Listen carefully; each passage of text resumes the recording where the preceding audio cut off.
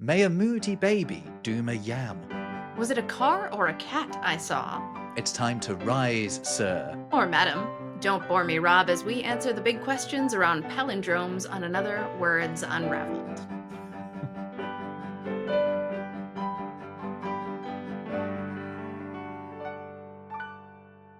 Welcome to another Words Unravelled. I'm Rob Watts from the YouTube channel Rob Words. And I'm Jess Ferris, author of etymology books including Words from Hell and Once Upon a Word. And today we are running back and forth along the length of some reversible words, aren't we, Rob? That's right, the long and the short of palindromes. We're hoping that some of them will make you say, wow, others perhaps, huh? But hopefully not a single one of them will be a dud. Beautiful. I'm hoping we come up with some that are more than 3 characters long. I think we can manage that. I'm almost certain of it. We'll talk about some of the longer ones as well. For sure. But firstly, just explain for us what a palindrome is.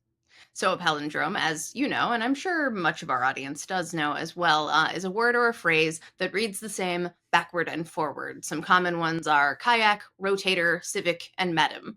And the word literally means a running back or a running again from the Greek palin, meaning back or again, and dromos, meaning a running, which is related to the word dromedary, a one-humped type of camel known for its speed. And we're going to discover during the course of this that this is a form of wordplay that people have been doing for many hundreds, if not thousands of years. We've always loved a palindrome, so I'm hoping we're going to have plenty to enjoy during the course of this. Speaking of which, did you find it difficult to pin down exactly who coined the word palindrome in English? Because I found several different sources and not a single one of them had a conclusive answer. And even the earliest references to it define palindrome, implying that it existed before that, rather than coining it for the first time.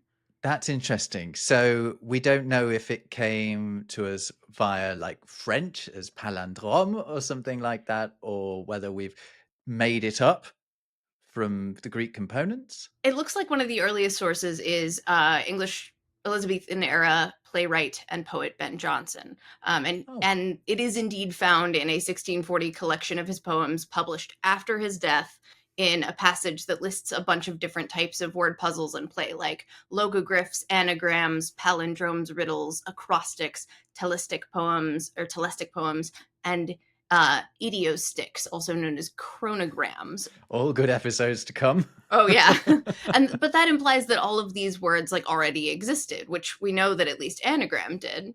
Then there's a slightly earlier text by London official John Philpott that attributes palindromes and describes what they are and ascribes them to antiquarian William Camden in a collection of Camden's works. It may have predated Johnson's, but then there's also Henry Peacham in 1638, who included it in a collection of essays and uses it while talking about a Latin phrase, subi dura a rudibus, which means endure rough treatment from uncultured brutes.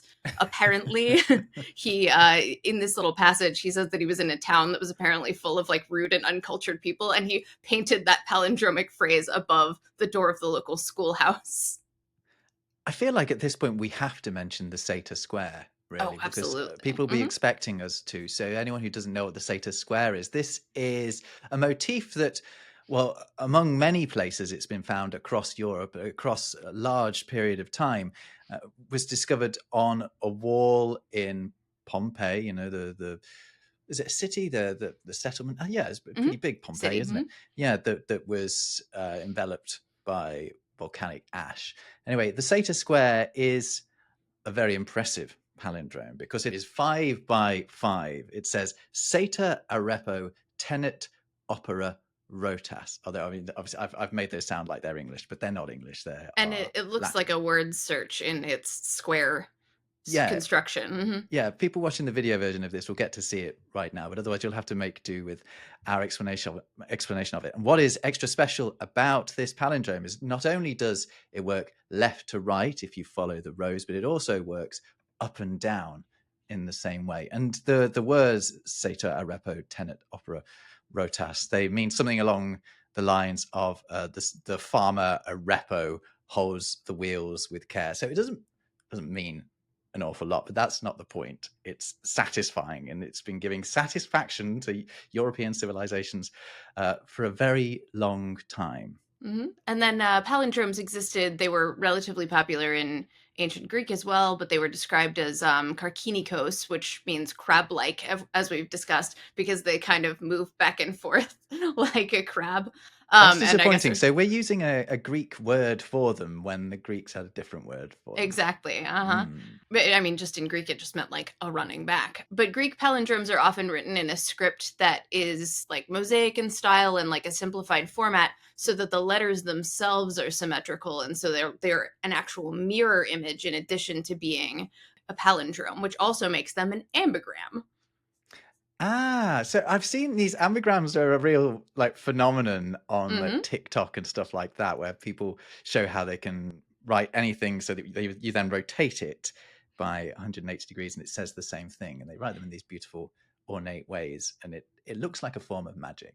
It's any text or typographic design that can be read from multiple directions. So it doesn't just have to be upside down. It doesn't have to just be rotated. There are rotational ambigrams, but there are also reversible and mirrored ambigrams. The concept is super ancient. The word was coined relatively recently in the 1980s by computer scientist Douglas Hofstadter. And then artist and writer Peter Newell created this iconic series of like English ambigrams that also came with like reversible illustrations. And that's kind of like, that was the first version in English that kind of got them rolling. And that was in the 1800s. But then it was John Langdon and Scott Kim in the 1970s, with Langdon gaining fame for their incorporation into the plot of Angels and Demons by Dan Brown. The main character of that book is named Robert Langdon because of John Langdon. I actually, when you said John Langdon, I immediately thought of Robert Langdon. Oh, no, it's not. No, his name's Robert, not John. And also, we should mention the film Tenet as well is playing on a lot of the stuff from that Sator Square that we were mentioning. I have not seen the film, but I gather that it does begin in an opera house. And opera is one of the words in the Sator Square. And apparently there are all sorts of little nods to it in there. These ambigrams that you see on the internet, they're amazing because they can, the people that create them can basically turn any word into a word that has a sort of 180-degree rotational symmetry. But do you know what the longest word in English that just standard has 180-degree rotational symmetry? What's that? It's swims, font dependent. Ooh, because the M Yeah, turns into a W. Very nice. it And of does. And course, like the dot on the I would be yeah, you better movable write or it in uppercase. right. Yeah, that's for sure.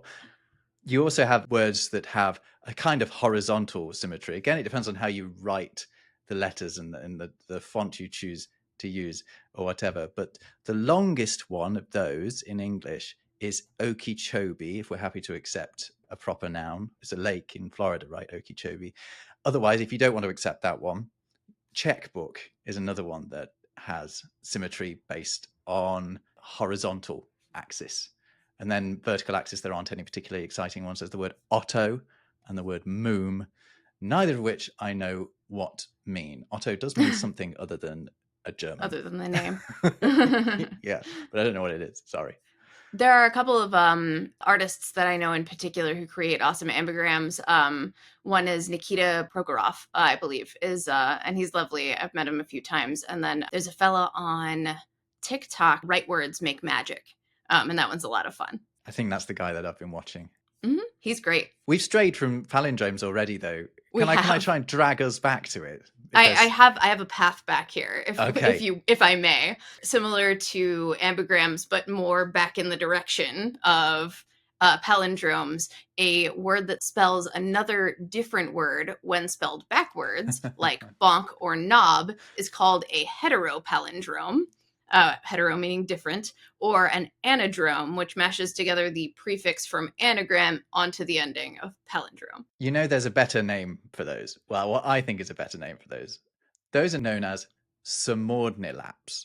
Oh, yes. Yes. It is palindrome backwards. The longest one I could find was stressed / desserts. Very nice. Because it's very unsatisfying that the word palindrome itself is not a palindrome. Right. Not even close. We couldn't even try, especially since it was coined around like not too long ago. You would have thought they would have done that. Yeah, it's just before the sort of the sense of humor comes into the coining of these terms, right? The longest one that I could find in the OED, by the way, Oxford English Dictionary, the longest palindrome, that is tataratat. From Ulysses, right? From Ulysses, yeah, but it's onomatopoeic, and he's probably done it on purpose. So I don't know if it counts. If you don't want to count it, so that's 12 letters. 11 letters you can have detartrated, which is the past tense of taking the tartrate out of like a juice or a wine or something to make it less tart.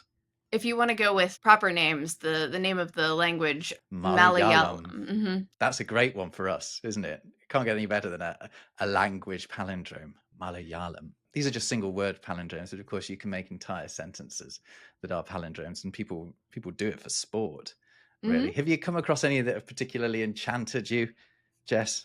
I would say one of the ones that I come across the most, and probably a lot of other people have too, is from Alistair Reid, who apparently wrote like one of the early, like surprisingly long palindromic quips that still make sense. And it's T. Eliot, top bard, notes putrid tang emanating, is sad. I'd assign it a name. Nat dirt upset on drab pot toilet. I love it. They're always better when they're just a tiny bit filthy. Just a little bit of dirt in there. The fact that toilet is T. Eliot's name backwards, minus the S, of course. Yeah, such a shame, isn't it? I suppose the most famous ones are the likes of Able was I, ere I saw Elba, which is that one that I think has occasionally been attributed to Napoleon, given what it says in his exile to Elba. But obviously, Napoleon spoke French, so he probably didn't say it, no matter what Joaquin Phoenix would have you believe. And then there's A Man, a Plan, a Canal, Panama. That one's classic. What I like about that one is it's very easy to make it longer just by adding other objects. Right. You can have a man, a plan, a cat, a canal, Panama.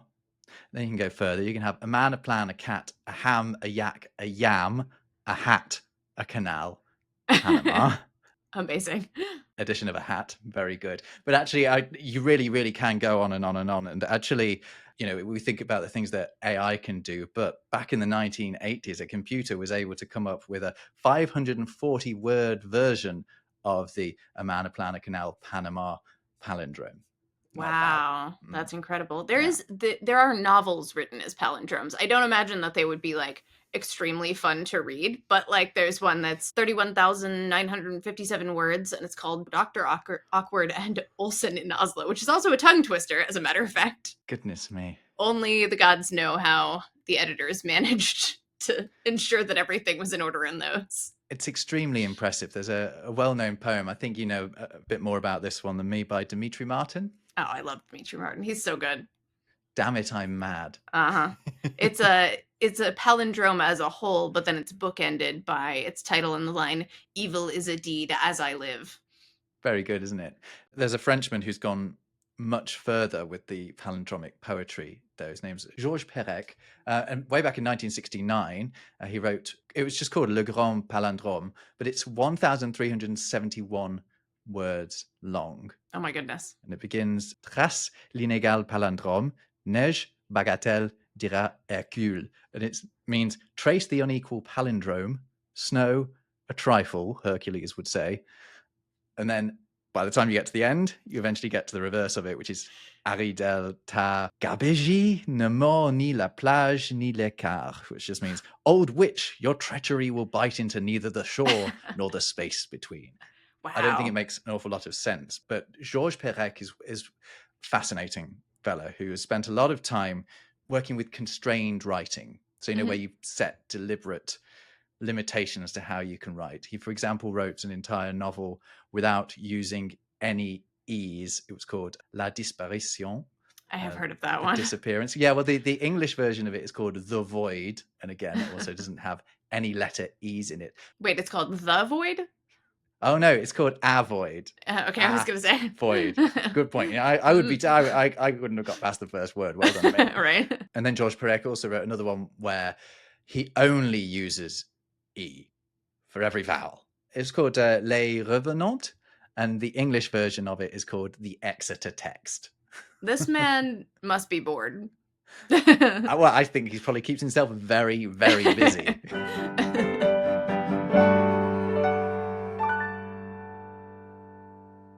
Weird Al has a lovely song made of palindromic sentences. It's called Bob, but the sentences include Lisa Bonnet ate no basil and do 9 men interpret? 9 men, I nod. It's very impressive, actually, that song. More impressive than it immediately appears. Oh, I love his work. Take it for granted. Oh, this is a bit funny, but there's also there's clever business going on in there. That man is brilliant. The guy is smart. The guy is very smart. He's the English Georges Perec. The English language Georges Perec. Although actually he was played by Daniel Radcliffe in the film. Which is hilarious. Like the whole film is fantastic. You enjoyed it, did you? I did. I don't know if I quite got it. I don't think I quite got it. I mean, yeah. I mean, it is amusing, and a lot of people playing some very ridiculous parts. Anyway, this is not what this podcast is. But I would tell people maybe don't watch it, but I loved it. That one and UHF are like exactly in my kind of weird. Fair enough. Daniel Radcliffe is a weird choice. That's all I'm saying. I think that's by design. I don't remember the anecdote, but how he was chosen was relatively entertaining. Speaking of ambitious palindromes, these aren't exactly a human invention, but more a discovery. Math palindromes and number palindromes are super interesting. Like there's Belphegor's prime, which is a 1, a bunch of zeros, a bunch of sixes, 3 sixes, bunch of zeros, and 1. And it is a palindromic prime number named by author Clifford A. Pickover after the demon Belphegor, who is said to help people make ingenious discoveries.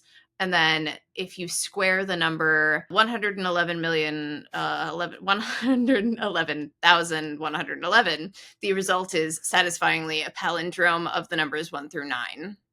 Oh, okay. Now that is good. Yeah, that is good. Cool. These are interesting because these are discovering palindromes that they already exist. You've just got to find them, which is very different to the creation of them. Can I talk about people who create palindromes, palindromists? Because there is a magazine, The Palindromist. In fact, a load of palindromists, as we record, are currently in Edinburgh for the Edinburgh Festival, where they're putting on a show called Palindrome Fight, where they're teaching people how to do competitive palindroming. And it is a competitive business. Every year, there are Palindrome Awards, and the awards are called the Symmys. Symmys, as in the symmetrical. Yeah, very good. And this year they announced the winner of the Symmys now it only works, I think, based on an American calendar, on April the 20th. So 4/20/2024. It is a palindromic date. Do they move the date every year to make sure it hits a palindromic date? I'm not sure. I actually don't know. It's always around about that sort of time, around about sort of springtime. I don't know, but can I talk you through some of this year's winners? Because yes, I would love to hear these. So they give an award for short, medium, and long, and then there's some special awards as well. But because they're short, I'll give you the top 3. Actually, there are 4 in the top 3 because there's a joint third place. Okay, so joint third in the short category.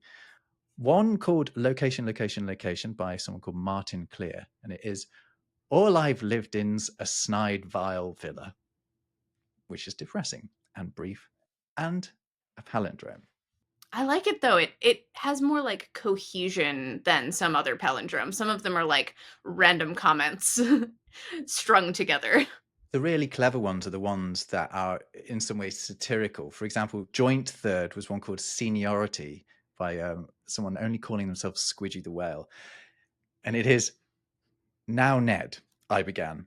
On age, Biden won. Whoa. Pretty good. Right? Those came joint third. Second place was by a guy called Anthony Etherin, who is one of my favorite people on Twitter. He specializes in wordplay poetry, and he writes some fantastic poems. A lot of them are palindromes, but not just that. He's always playing with words. Anyway, he wrote one called The Struggling Bard, appropriately, and it's simply, too long I go, no gig, no loot. I like that. I've That's not been good. getting enough work. Mhm. But number one in the short category was called Brekkie, and it goes, Max, I stagger off at egg at 6 a.m. Ooh, that one's fun. Relatable. Yeah, it is, isn't it? Uh-huh. I like these. I'll quickly run through these because it's not going to be much fun just me reading these things out loud. But because the most satisfying thing about them is really when you see them written down. But the winner of the medium size was Anthony Etherin again. I told you the guy's a genius, called Reformed Lothario. You got to watch out for this one. Motto: be most apt. Now I won't pat some bottom. Amazing. That's fantastic. Ah, dear me. I once had to read a story about someone putting gold nuggets up their bottom on the radio, on national radio back in the UK when I was a newsreader, and I didn't manage to get through it. I did better there. I managed to get through the word bottom, but I didn't get through the word bottom. I just broke down in laughter, and I was completely beyond saving, and they ended up playing it out throughout the day just to make me look bad. I would like to hereby challenge anyone listening or watching right now to come up with a sentence-long palindrome about Rob blushing. Oh yeah, good or luck. one that will make him blush, and we'll read them on a future episode. Good luck with it. It's very difficult to make me blush, as we all know. I hope this next one doesn't. Oh no, this next one won't. So this is the winner of the long category, right? And it's called A Toast for Our Times, and it's by a palindromist called Stephen Fraser. To new eras, to boredom, to idiots, to ire, to vote riots, to idiot mode robots, are we not? Oh, that's good. Yeah. That sounds like it could be like a rap lyric or something. That's excellent. Good. The best ones are the ones where you can't really tell it's a palindrome until someone goes, it's a palindrome. Like, oh wow, it just ran so naturally. So those are the 2024 winners of the Symmsys Palindrome Awards.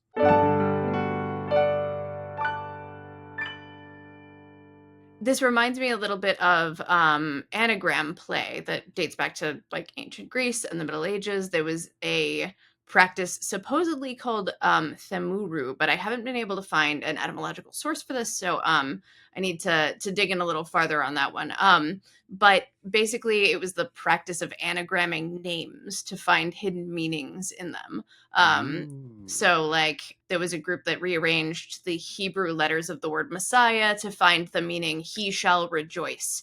And then anagrams as a witty game have been popular in Latin and English. For example, quid est veritas, meaning what is truth, has been anagrammed to est vir qui adest, meaning it is the man who is here. And then William Shakespeare has been humorously anagrammed to I am a weakish speller. And then anagrams itself has been anagrammed to ars magna, meaning the great art in Latin. Really? That's too good to be true. Well, I mean, it works. It's very easily verifiable. Yeah. And then we have antigrams, which have also been humorously or cleverly opposed or changed, like funeral being anagrammed to real fun or antigrammed to real fun, or a volunteer fireman to I never run to a flame, and then evangelist into evil's agent. Another famous one is mother-in-law and woman Hitler. Oh yes, right. Is that an antigram? It depends on your relationship. Right, depends on your perspective. Let's see, and then this also kind of reminds me of this play is in the same spirit as Pangrams, which are more difficult to put together and tend to use uncommon words and unnatural sentences. We have the common Pangram, like the quick brown fox jumps over the lazy dog, which has 35 letters, and then some of the Pangrams that are the shortest, which is the trick with Pangrams, because you want to incorporate as many letters as possible in as few words as possible. Yeah, so the aim here is to the quick brown fox, for anyone who doesn't know, includes every letter of the alphabet, right? And actually, I was watching Ripley on Netflix the other day, and there's a bit where he's typing that out because he wants to see the characteristics of the typewriter. Mhm. It was really clever. It says, he noticed, that E is slightly raised. And I was sitting with my wife who doesn't know this phrase in English. And she's like, why is he typing that out? I said, no, that sentence it means he So you uses all can the see it keys. all. Yeah. Mm-hmm. I wonder what pangrams are common in other languages. I haven't looked into that. But Ooh. the shortest ones that I've seen in English are waltz, bad nymph for quick jigs vex. And then glib, jocks, quiz, nymph to vex dwarf. These are brilliant. Right? Why are we going on about quick brown foxes when we could be going on about these nymphs? This one is actually easy to remember. Sphinx of black quartz, judge my vow. Sphinx of black quartz judged my vow. Judge my vow. Judge my vow. Like you're speaking to the you Sphinx. need to save that D. Yeah, okay, nice. Cool. Another one is a lot of these include vex because it handily gets rid of V and X. But one is how quickly daft jumping zebras vex. Yeah, very good. We can certainly improve. We've got more jumping animals in that one. Jump once again gets rid of that J and then an M and a P. Yeah, very clever. Those are fun. Now you do know at least some palindromes in other languages, is that right? Oh yeah, I do. Let's talk about those. By all means. I did a video about palindromes a few years ago, and quite a few people chipped in with palindromes from their language, which is really great. So I've got a few of them. One of them is from French. It's Aesop reste ici et se repose, which means Aesop stays here and rests. Ooh, very nice one. That's nice. Aesop, like the writer of fables. In Spanish, you can have ahí trota la tortilla, which is there jogs the tortilla. Very nice. That's amazing. Yeah, very visual. And in Russian, there's a very sort of depressing one, which I think kind of fits the language. It's very good at sort of depressing. It's Russian. It's a tot soup pustota, which is that soup is emptiness. Oh, oh no. Yeah. It's like stone soup. Exactly. What we haven't mentioned is that you can have obviously sentences that are palindromes, but there's another way of making a palindrome sentence, which is where the words remain intact. They remain the same way round, but you just reverse the order of the words. And I found a good one of those, if I may. Sure, yeah. It is it crazy how saying sentences backwards creates backwards sentences saying how crazy it is? I like that. I keep reading it thinking I'm going to find a flaw in that because it's so perfect. That's great. I've heard a few of those. Do they have a distinct name? I could not find one. I actually tried to find a name for this kind of palindrome. Maybe a palindromist can tell us if there is one, but all I could find was palindrome sentence, but it doesn't do it justice. It's not quite the same thing, and maybe it is an example or a subset of this concept, but chiasmus and antimetaboly, which are both rhetorical devices. Chiasmus is from a Greek word that means like shaped like the letter X. But the reason I compare it to antimetaboly, at least, is because it's phrases like when the going gets tough, the tough get going. It shows up in a lot of like pithy phrases like I know what I like and I like what I know. If you fail to prepare, you prepare to fail. Things like that. And there's a name for that phenomenon. Fantastic. And that's antimetaboly. But chiasmus is when you change the words, like from Paradise Lost, love without end and without measure grace. It like retains the same structure, but then changes the words. And that's a chiasmus. Chiasmus, yes. Mm-hmm. Chiasmus. Shakespeare also has who dotes yet doubts, suspects yet strongly loves in Othello. Mm-hmm. Beautiful. I'm glad that this has ended up expanding beyond palindromes into broader wordplay. Actually, I really love this sort of thing. Yeah, this is fun. Geeky stuff. There's one or two really sort of silly, cute little palindromes that we could mention. For example, the philosophical, do geese see God? Which I like. That's lovely. Or the more factual, a dog, a panic in a pagoda. That's great. I mean, we're only scratching the surface of the palindromes here. We hope you have enjoyed exploring those and a few other modes of wordplay with us. If not, it might be because you suffer from ibophobia, which is the phobia of palindromes. Because it too is a palindrome. That's fantastic. So actually, you'd be scared of the word itself. Oh God, what a living hell would that be? Yeah. But anyway, this has been another Words Unravelled. Tune in next time. And if you have any palindromes, comment on this video if you're on YouTube. And remember to hit like and subscribe.